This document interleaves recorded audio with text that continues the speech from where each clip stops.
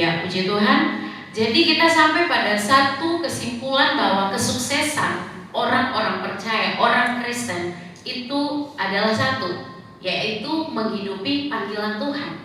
Karena kalau kita mau berbicara tentang kesuksesan, saya tanya semua orang dalam ruangan ini, menurut Bapak Ibu Saudara-saudari, standar kesuksesan itu apa sih? Semua orang punya keberagaman, semua orang punya cara berpikir masing-masing. Oh, standar kesuksesan saya itu kalau saya sudah lulus kuliah, dapat pekerjaan yang bagus, gaji di atas UMR mungkin, ya kan?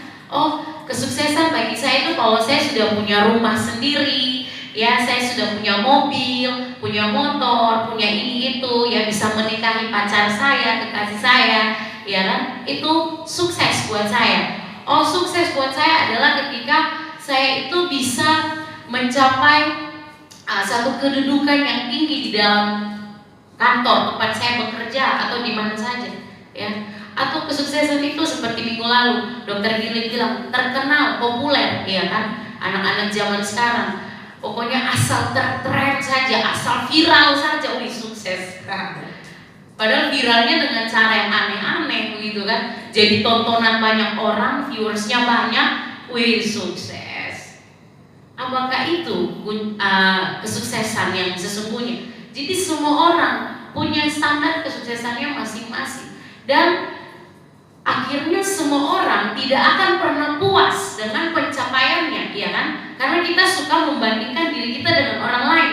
Kalau saya sudah S1, lihat itu orang S2, kayaknya sukses tuh kalau saya bisa S2 kayak dia, sampai dokter, sampai profesor, ya kan? Jadi apa sih kesuksesan itu, ya kan? Tidak akan pernah puas. Semua orang akan mengejar dan terus mengejar setiap hari. Oh, tabungan saya nominalnya harus sekian, ya kan? Harus begini, hidup saya harus begini. Lihat lagi orang, oh tidak, kayaknya sukses itu begini. Wah, tidak ada habis-habisnya. Jadi kita akhirnya sepakat bahwa kesuksesan sejati adalah ketika kita sebagai orang percaya bisa menghidupi panggilan Tuhan dalam hidup kita. Amin. Tidak ada amin ini. Kayaknya masih loading ini ya. Ya, semangat. Ya, puji Tuhan. Ketika kita berhasil menghidupi panggilan Tuhan dalam hidup kita, maka kita bisa dikatakan orang sukses. Ya. Saudara dan saya, Bapak Ibu, saudara-saudara sekalian, kita harus ingat, kita harus percaya bahwa kita semua diciptakan dengan tujuan. Amin. Atau ada di sini yang merasa bahwa saya lahir itu tanpa tujuan, ya kan? Saya lahir itu ya karena mungkin karena bapak dan mama mau nikah, saya ada anak, jadi akhirnya saya lahir. Atau mungkin kayak Tuhan kurang kerjaan, jadi saya diciptakan di bumi ini. Ya, siapapun kita, bagaimanapun keadaan kita, ya kan? Kita semua diciptakan dengan tujuan. Bahkan orang seperti siapa ya, motivator dunia yang dipakai Tuhan juga, Nick Vujicic ya kalau tidak salah, saya lupa nama. Itu saja orang yang tidak ada tangan, tidak ada kaki saja diciptakan dengan tujuan Tuhan.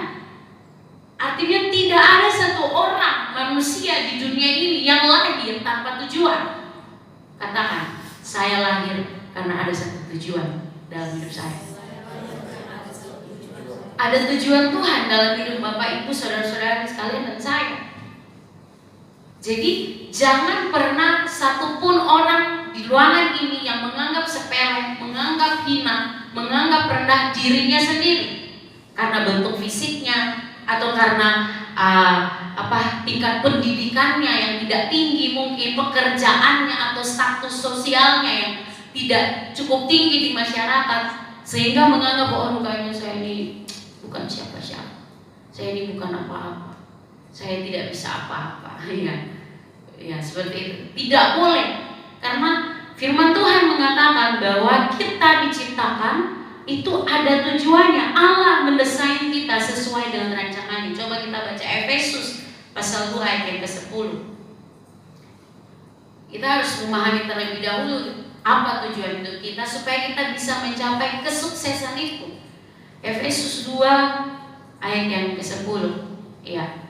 Coba kita baca sama-sama Karena kita ini buatan Allah, diciptakan dalam Kristus Yesus untuk melakukan pekerjaan baik yang dipersiapkan Allah sebelumnya. Ia mau supaya kita hidup di dalamnya. Mazmur 139 ayat 16.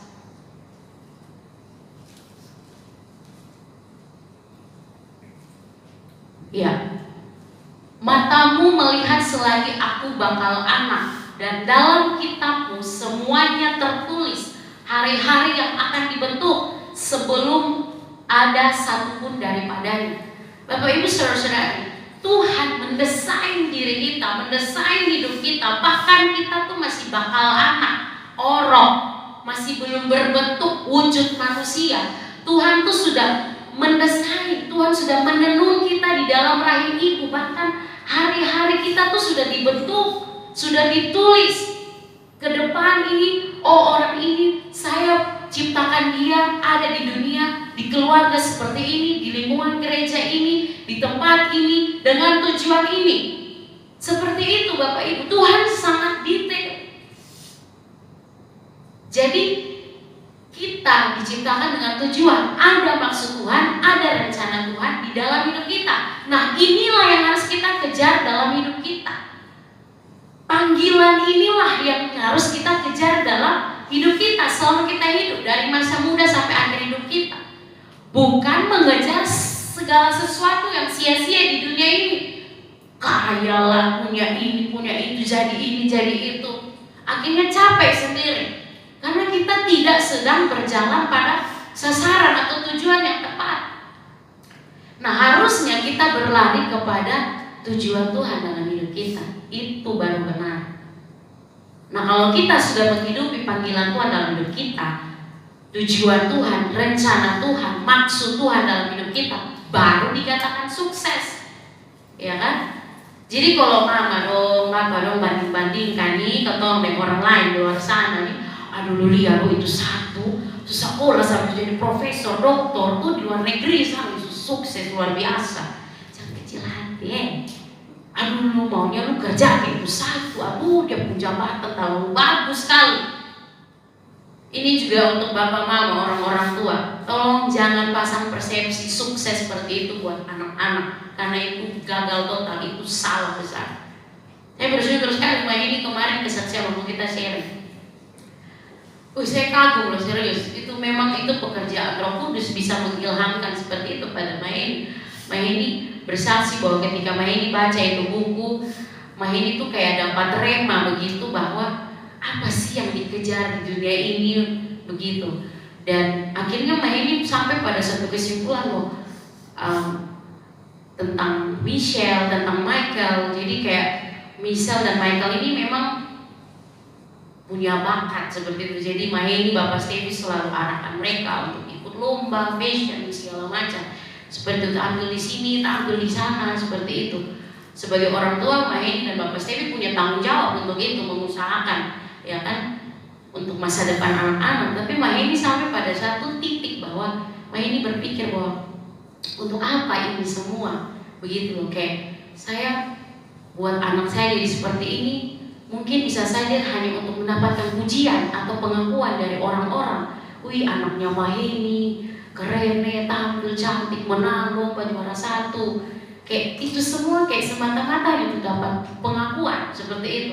Tapi ketika Maheni merenungkan bahwa oh iya, Tuhan punya tujuan dalam hidup anak-anak saya, Tuhan punya rencana dalam hidup anak-anak saya. Jadi saya berdoa kepada Tuhan, Tuhan bawa anak-anak saya kepada rencana-Mu Tuhan. Wow, itu luar biasa. Kalau orang tua sudah sampai di titik itu, beres, mantap itu. Kalau orang tua masih oh lu harus jadi begini, lu harus ini, lu harus kerja di sini, lu harus begini begitu, nah itu salah. Itu masih keliru tuh. Tapi kalau orang tua sudah berdoa bahwa Tuhan, anak saya serahkan kepadamu Tuhan, pakai mereka sesuai kehendak dan rencana Tuhan, bawa mereka kemana Engkau mau bawa mereka. Oh, itu luar biasa. Artinya bahwa orang tua mempercayakan bahwa hidup anak-anak itu ada dalam tangan Tuhan, ada dalam rencana Tuhan, ada dalam tujuannya Tuhan, dan itu lebih dahsyat. Percaya, Maheni itu lebih dahsyat karena Maheni lagi mengarahkan Michelle dan Michael kepada poin yang sebenarnya, kepada tujuan yang sebenarnya. panggilan surgawi. Seperti itu. Ya, kalau mau jujur-jujur saja, kebanyakan dari kita mau dapat segala sesuatu dunia ini kan pengakuan, ya kan, pride, kebanggaan, ya kan, kita mau diakui, ya kan, kita mau dipuji seperti itu. Ya adalah sekian persen kalau kita mau akui, mau jujur, ada itu. Ya saya sebagai orang muda, apalagi ya kan, ambisi yang begitu besar, mau jadi ini, mau jadi itu, ya kan, supaya apa? Supaya dilihat dunia lah, diakui, ya kan. Kadang-kadang berselimut di balik memuliakan nama Tuhan, tapi saya duluan yang terima pujian itu dulu, ya kan. Seperti itu. Jadi apa seperti itu? Apa kesuksesan itu? Kembali lagi, kesuksesan adalah ketika kita bisa menghidupi panggilan Tuhan dalam hidup kita. Amin. Ya, jadi pastikan hari ini kita sedang berlari mengejar panggilan Tuhan dalam hidup kita, bukan berlari mengejar ambisi duniawi. Itu kita harus bedakan antara dua hal ini. Cari apa di dalam dunia? Cari apa di dalam dunia? Iya, cari dunia tentu binasa. Lebih baik cari Yesus, cari tujuan Tuhan dalam hidup kita. Nah, bagaimana meraih kesuksesan di dalam kehidupan kita? Kita sudah sepakat ya bahwa kita sebagai orang percaya, kesuksesan kita adalah ketika kita memenuhi panggilan Tuhan. Jadi bagaimana kita bisa sampai kepada titik kesuksesan itu? Ada 3 poin yang akan kita sama-sama renungkan bersama. Yang pertama adalah perkenanan Tuhan. Jadi rahasia kita sebagai orang percaya bisa meraih kesuksesan dalam panggilan Tuhan itu adalah yang pertama, perkenanan Tuhan. Nah, perkenanan ini artinya kalau ya bahasa dasar, kata dasarnya adalah berkenan. Jadi ini mengungkapkan tentang kesukaan, sudi, setuju, seperti itu. Jadi kalau kita bicara tentang perkenanan Tuhan, maka ini sedang berbicara tentang inisiatif Tuhan, bukan inisiatif manusia. Inisiatifnya itu dari pihak Tuhan, bukan dari pihak manusia. Berbicara tentang waktu Tuhan, bukan waktu manusia. Cara Tuhan, bukan cara manusia.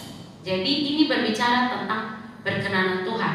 Nah, perkenanan Tuhan, perkenanan juga berbicara mengenai perkenanan Tuhan, berbicara mengenai kesukaan Tuhan. Ya, ketika hati Tuhan senang, ketika hati Tuhan sudi untuk melakukan atau mengerjakan sesuatu di dalam hidup kita ini. Ya, perkenanan ini juga berbicara tentang ketika kita dapat mengerjakan atau melakukan sesuatu itu hanya karena anugerah Tuhan. Itu hanya karena pertolongan Tuhan semata. Jadi, kalau kita mencapai sesuatu, kita bisa menghidupi panggilan Tuhan dalam hidup kita, itu bukan karena kita, tapi itu karena perkenanan Tuhan. Itu karena kasih karunia Tuhan. Itu karena anugerah Tuhan. Iya. Mazmur 127 ayat 1 kita baca bersama-sama.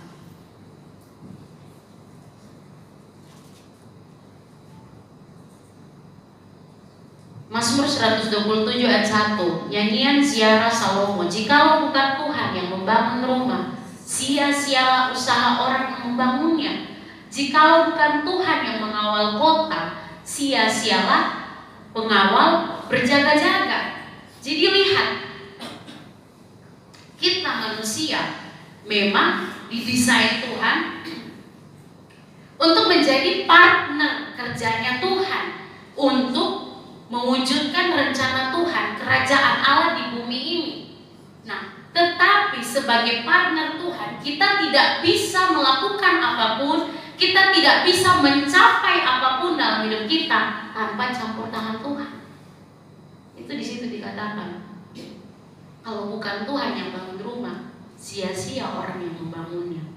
Kalau bukan Tuhan yang mengawal kota, sia-sialah pengawal berjaga-jaga. Jadi artinya segala sesuatu yang terjadi dalam hidup kita ini itu ada di dalam kendalinya Tuhan. Segala sesuatu harus berjalan sesuai dengan rencana dan kehendak Tuhan. Nah, tadi saya bicara tentang perkenanan. Jadi kalau bicara tentang perkenanan artinya kesukaan Tuhan. Nah, kesukaan Tuhan itu apa? Kesukaan Tuhan adalah membawa kita pada rancangan keselamatannya. Ia tidak ingin kita binasa. Ia mau kita hidup dan berjalan di dalam kehendak-Nya. Jadi yang paling pertama yang harus kita mengerti, yang harus kita pahami untuk meraih kesuksesan adalah kita berjalan di dalam perkenan Tuhan. Kita berjalan di dalam hal-hal yang menyenangkan hati Tuhan, hal-hal yang menyukakan hati Tuhan, hal-hal yang selaras dengan tujuan Tuhan dalam hidup kita. Seperti itu. Kesukaan Tuhan adalah menyelamatkan kita. Dia mau kita hidup di dalam keselamatan. Dia mau kita hidup di dalam sukacita, di dalam damai sejahteranya. Dia mau kita hidup di dalam pemeliharaannya, di dalam pertolongan-pertolongannya, di dalam pembelaan-pembelaannya. Dia mau kita hidup di dalam itu semua.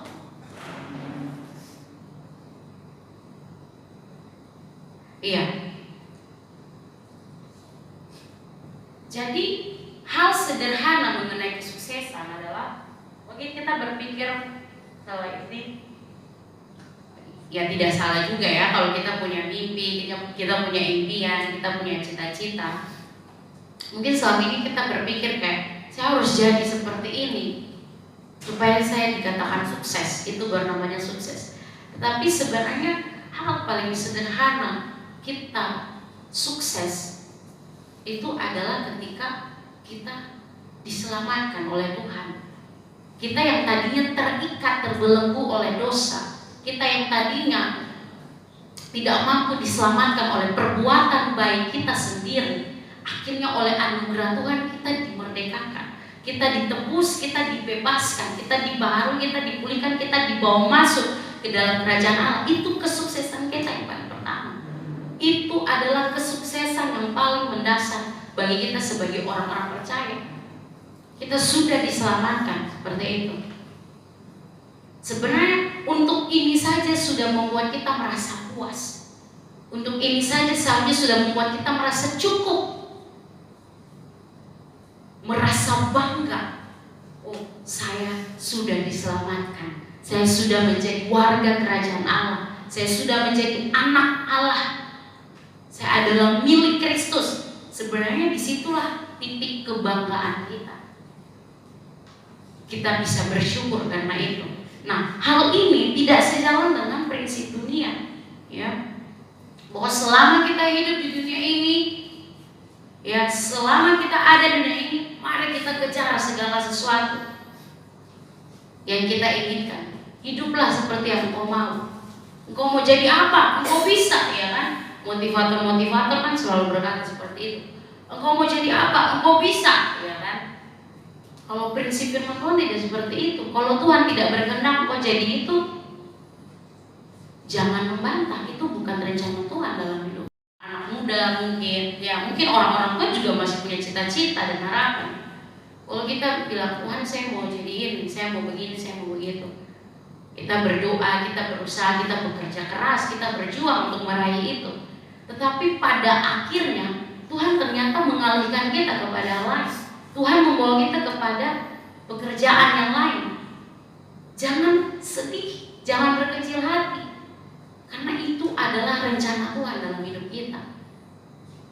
Tuhan punya tujuannya sendiri dalam hidup kita. Banyak kesaksian orang-orang yang sekolah di sini, sekolah tinggi-tinggi untuk jadi ini, tiba-tiba panggilan Tuhan datang dalam hidup mereka, jadi ini. Seperti itu. Ada salah satu kakak-kakak rekan pelayanan, dia lagi kayaknya kalau tidak salah dia sudah lolos itu untuk PNS waktu itu beberapa tahun yang lalu. Tetapi katanya dia pernah dinubuatkan oleh seorang hamba Tuhan seperti itu, bahwa dia ini akan menjadi hamba Tuhan. Tetapi dia bilang, untuk apa jadi hamba Tuhan, tidak ada uang, ya kan, lebih baik kerja jadi pegawai saja, uang banyak, seperti itu. Tapi itu panggilan Tuhan untuk dia. Sampai satu saat sudah waktu Tuhan untuk dia, sudah waktu perkenan Tuhan untuk dia, padahal dia sudah lulus ini, tapi tiba-tiba dia benar-benar merasakan bahwa tidak, memang panggilannya dia ini harus jadi hamba Tuhan, jadi gembala, lebih spesifik jadi gembala, seperti itu. Dia tinggalkan itu, tinggalkan yang sudah lulus jadi PNS itu, dia tinggalkan itu dan dia pergi sekolah di Malang untuk jadi pendeta. Kayaknya sebentar lagi sudah wisuda. Dan dia teguh, dia percaya, dia yakin bahwa inilah panggilan Tuhan untuk saya. Dan memang benar Tuhan membuktikan, Tuhan meneguhkan itu, seperti dia diperlengkapi seperti itu. Jadi ada banyak kesaksian-kesaksian seperti itu. Misalnya kayak Bapak Dini saja contohnya, Bapak Dini dokter, tapi dalam perjalanannya dibelokkan sama Tuhan, jadi penginjil, jadi misionaris, jadi hamba Tuhan. Seperti itu banyak sekali. Ada kesaksian orang-orang. Ada salah satu, dia sudah jadi pilot, tetapi panggilan Tuhan datang dan menurut dia harus jadi pendeta, jadi hamba Tuhan. Maksudnya menginjil seperti itu. Ya dia tinggalkanlah pekerjaannya dia sebagai pilot dan menginjil. Bayangkan Bapak Ibu, ini. Jadi ini yang harus kita kejar. Apa yang menjadi kesukaan Tuhan, apa yang menjadi rencana Tuhan, kehendak Tuhan dalam hidup kita. Ketika perkenanan Tuhan datang dalam hidup kita, maka berjalanlah di dalam rencana Tuhan. Seperti itu. Ketika kita ditebus, kita diselamatkan, percaya dan beriman bahwa Tuhan berkenan atas hidup kita. Dia yang menguduskan kita, Dia yang melayakkan kita, sehingga kita diperkenankan untuk menjadi rekan kerja atau partnernya Tuhan, untuk menggenapi rencana Tuhan dalam hidup kita.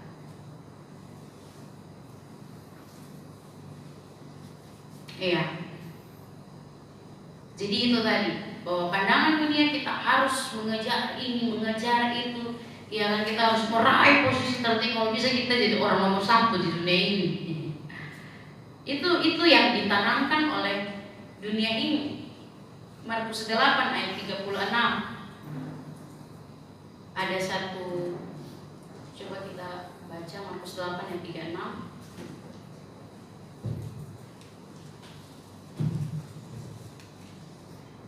Ya, apa gunanya seseorang memperoleh seluruh dunia tetapi dia kehilangan nyawanya? Jadi seperti yang tadi saya katakan, bahwa kesuksesan yang paling mendasar dalam kehidupan kita sebagai orang percaya adalah ketika kita sudah dibebaskan, dilepaskan dari kerajaan maut, dan kita sudah hidup di dalam kerajaan Allah. Nah, dunia mengajarkan bahwa kejar semua sampai kamu memiliki seluruh dunia ini, ya kan? Tetapi ketika orang salah fokus, gagal fokus, dan akhirnya mereka mengejar dunia ini, mengejar ambisi-ambisi mereka akhirnya lupa bahwa ternyata keselamatan, kekekalan, hidup dalam perkenanan Tuhan, hidup dalam rencana Tuhan, itu yang sebenarnya yang paling utama. Seperti itu. Jadi apa gunanya kita jadi orang sukses dalam pandangan dunia? Apa gunanya kita memiliki segala sesuatu di dunia ini, tetapi kita sedang tidak berjalan di dalam perkenanannya Tuhan? Ya kan? Kalau standar kesuksesannya adalah punya banyak uang, jadi orang kaya, punya jabatan, berarti Tuhan Yesus tidak sukses dong. Ya kan? Tuhan Yesus cuma anak tukang kayu, kerja tiap hari jalan kaki, menginjil sini sana, dapat hina, dapat Allah, tidur saja.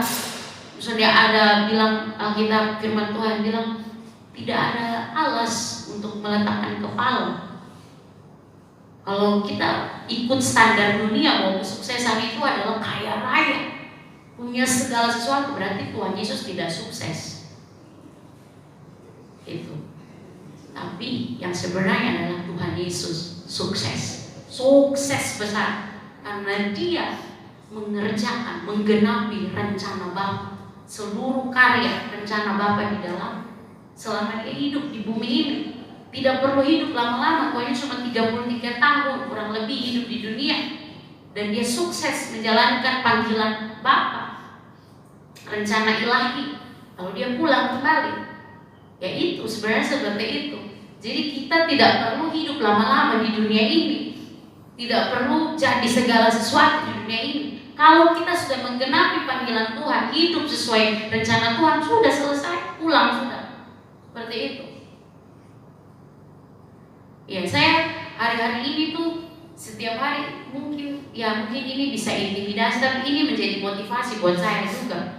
Kayak kabar celaka di mana-mana, ya kan, tiba-tiba orang-orang terdekat mati, orang meninggal. Yang kemarin kita baru lihat tiba-tiba sudah tidak ada lagi. Saya tuh kayak tiap hari itu selalu diselimuti dengan, bagaimana kalau tiba-tiba besok bangun tidur tidak bangun lagi, atau bangun pindah alam kayak begitu. Ada pemikiran-pemikiran seperti itu, kan kita tidak tahu apa yang akan terjadi kan. Jadi saya tuh selalu berdoa, Tuhan, tolong Tuhan, jangan panggil pulang saya kalau saya belum menghidupi panggilan Tuhan dalam hidup saya. Jangan panggil pulang saya dulu kalau saya ini belum mengerjakan tugas saya atau bagian saya, porsi yang Tuhan sudah tetapkan untuk saya selama saya ada di bumi ini. Tolong Tuhan, biar saya menggenapi panggilan Tuhan dulu, rencana Tuhan dalam hidup saya, baru Tuhan mau panggil pulang saya, silakan. Ya itu tujuan hidup kita. Seperti itu. Jadi saya hari ini lagi bergumul seperti itu, Bapak Ibu Saudara-saudari. Tuhan, bawa saya kepada panggilan Tuhan. Tuhan, teguhkan saya, Tuhan, bawa saya pada rencana. Itu saja setiap hari saya berdoa. Kalau dulu waktu masih zaman SMA maupun zaman kuliah, banyak sekali cita-cita, mau jadi ini, mau jadi itu.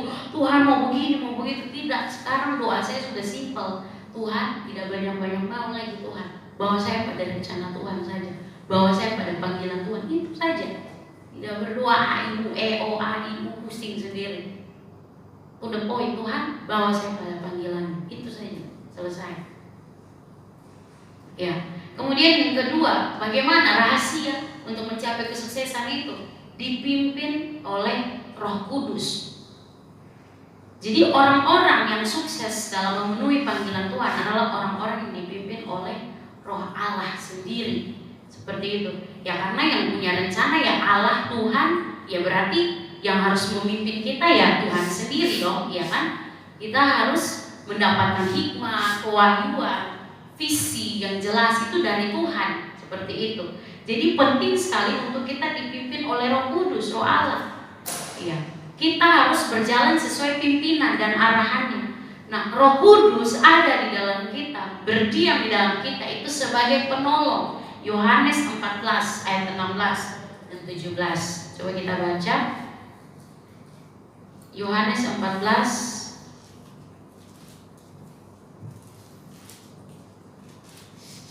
ayat 16.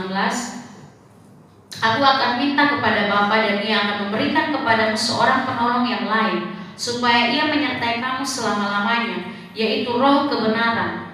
Dunia tidak dapat menerima Dia sebab dunia tidak melihat Dia dan tidak mengenal Dia, tetapi kamu mengenal Dia sebab Ia menyertai kamu dan akan diam dalam kamu. Ya, dunia tidak perlu Roh Kudus karena mereka tidak lagi menjalankan rencananya Tuhan. Mereka tidak lagi berjalan dalam perkenanannya Tuhan. Mereka tidak lagi berjalan, mereka tidak butuhlah pimpinan Tuhan itu, karena yang mereka kejar adalah ambisi mereka. Yang mereka kejar adalah ambisi duniawi. Tapi kita orang-orang percaya butuh Roh Kudus. Kita butuh pimpinan Roh Kudus setiap hari. Kita butuh arahan Roh Kudus setiap hari. Karena Roh Kudus adalah Roh Allah yang berdiam dalam kita, yang akan memberitahukan kepada kita apa kehendak Bapa dalam hidup kita. Apa yang menjadi rencana dan tujuan Bapa. Kita dipimpin setiap hari, step by step, langkah demi langkah. Mungkin kita tidak langsung tahu seperti Abraham.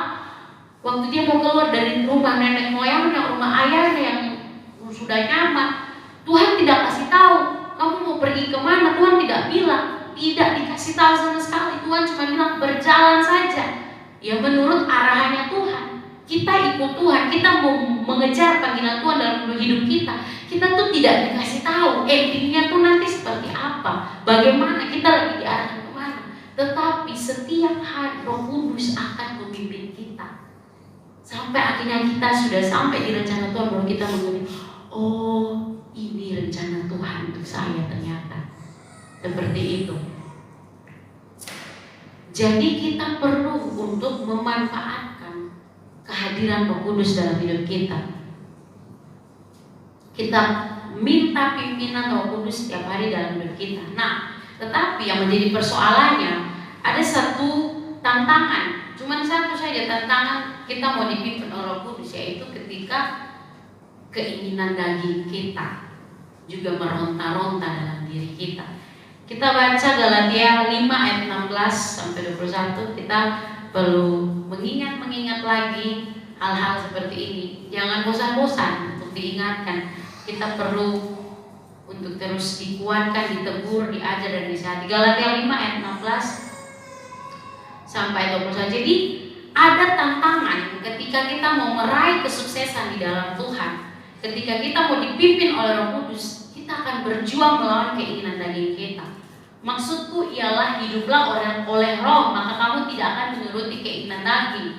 Sebab keinginan daging berlawanan dengan keinginan Roh, dan keinginan Roh berlawanan dengan keinginan daging, karena keduanya bertentangan, sehingga kamu setiap kali tidak melakukan apa yang kamu kehendaki.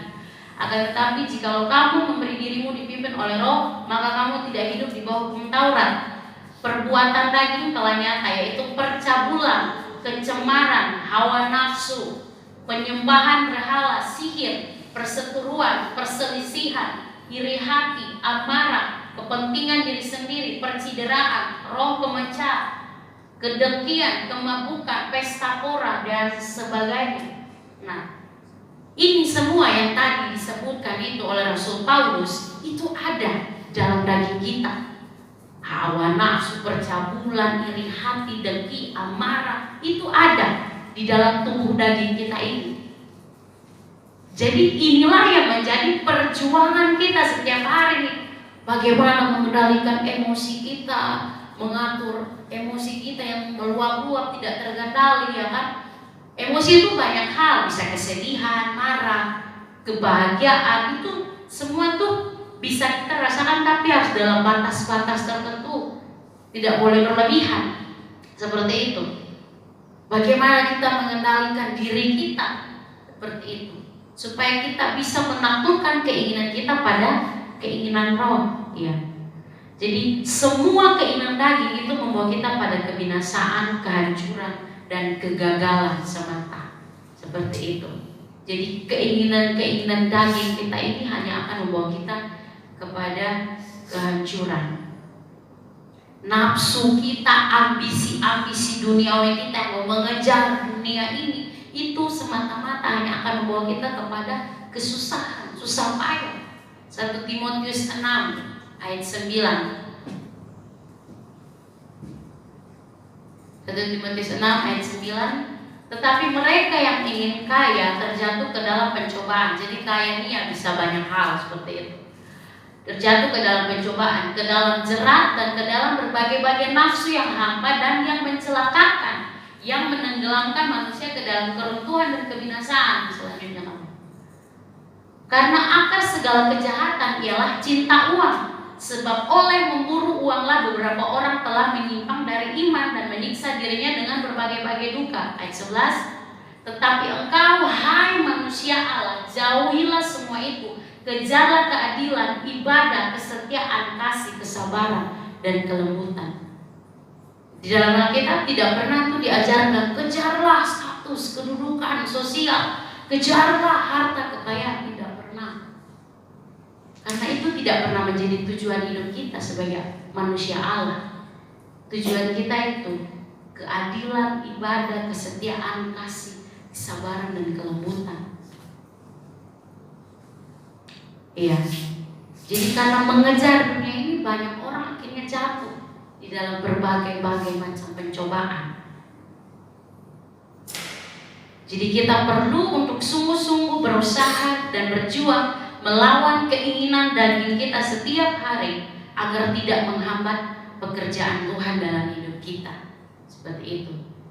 Kita sendiri yang kadang-kadang itu menghambat rencana Tuhan, panggilan Tuhan tergenapi dalam hidup kita. Ya, kita masih harus berjuang untuk menaklukkan kedagingan kita. Baru kita dipimpin oleh Roh berjalan di dalam kehendak dan rencana Tuhan. Yang ketiga, poin yang terakhir adalah rahasia untuk kita meraih kesuksesan, bergaul karib dengan Tuhan. Itu sudah pasti. Jadi ini berkesinambungan juga dengan dipimpin oleh Roh Kudus. Mazmur 25 ayat 14.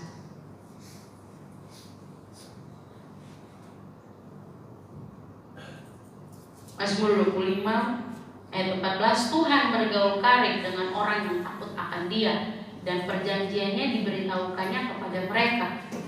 Tuhan bergaul karib dengan orang yang takut akan Dia.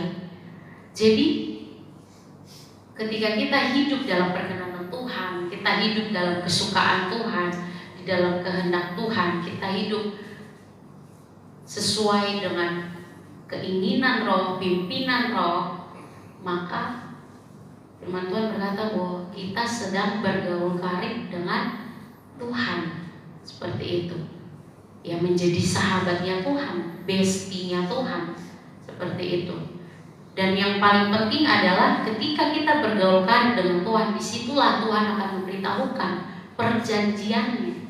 Disitulah Tuhan akan memberitahukan rencananya, maksudnya, tujuannya di dalam hidup kita. Iya. Yohanes 15 ayat 14.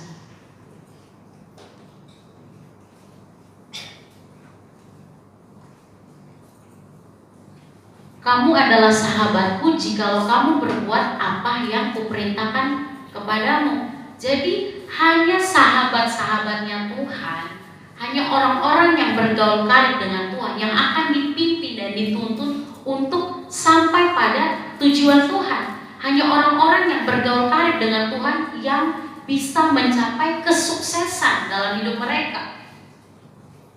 Karena hanya orang-orang yang bergaul karib dengan Tuhan yang akan dikasih tahu apa yang harus mereka lakukan dalam hidup mereka. Seperti itu. Jadi kita disebut sahabat Tuhan kalau kita melakukan perintah Tuhan, melakukan kehendak Tuhan, hidup sesuai dengan pimpinan Roh. Itulah baru kita dikatakan sebagai sahabatnya Tuhan.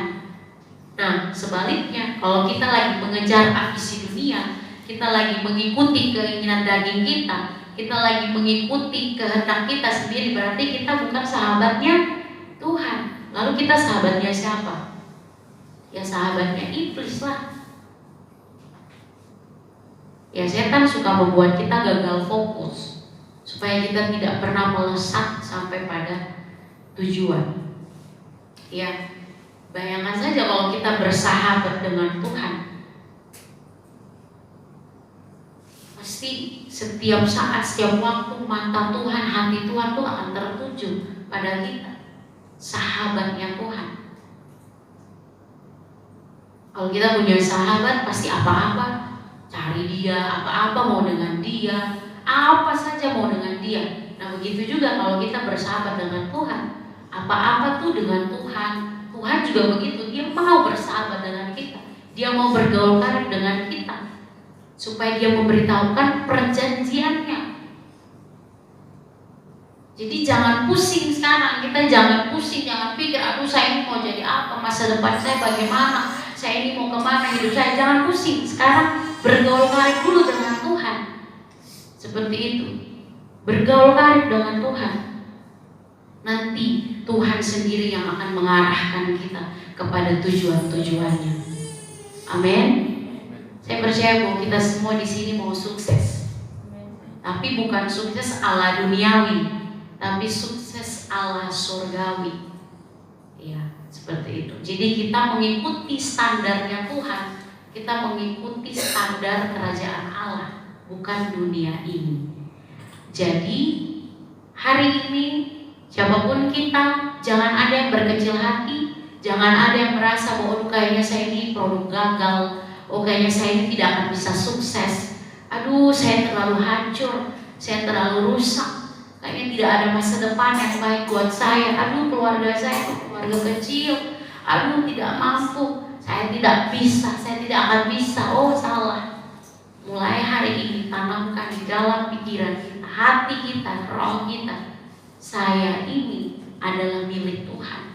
Saya ini sudah ditebus, saya sudah diselamatkan, saya sedang hidup dalam perkenanan Tuhan, saya pasti sukses. Saya sedang dipimpin untuk berjalan di dalam rencana Tuhan dalam hidup saya. Amin. Saya berdoa kita semua akan menjadi orang-orang percaya yang sukses menghidupi panggilan Tuhan dalam hidup kita. Ya, kita tidak boleh blunder lagi ya, kita tidak boleh gagal fokus lagi, stop membanding-bandingkan hidup kita, diri kita dengan orang lain. Mari fokus, berlari, mengejar panggilan dan tujuan Tuhan dalam hidup kita. Supaya seperti Rasul Paulus ketika dia mati, menjelang kematiannya dia bilang, aku telah mengakhiri pertandingan imanku. Itu keren. Jadi dengan bangga, dengan sukacita, dengan bahagia kita pulang ke surga karena kita sudah memenuhi panggilan Tuhan dalam hidup kita. Amin. Salam sukses buat kita semua. Semangat berjuang, tetap bergaul karib dengan Tuhan. Amin. Buat firman Tuhan. Nanti kita akan lanjut lagi di minggu depan.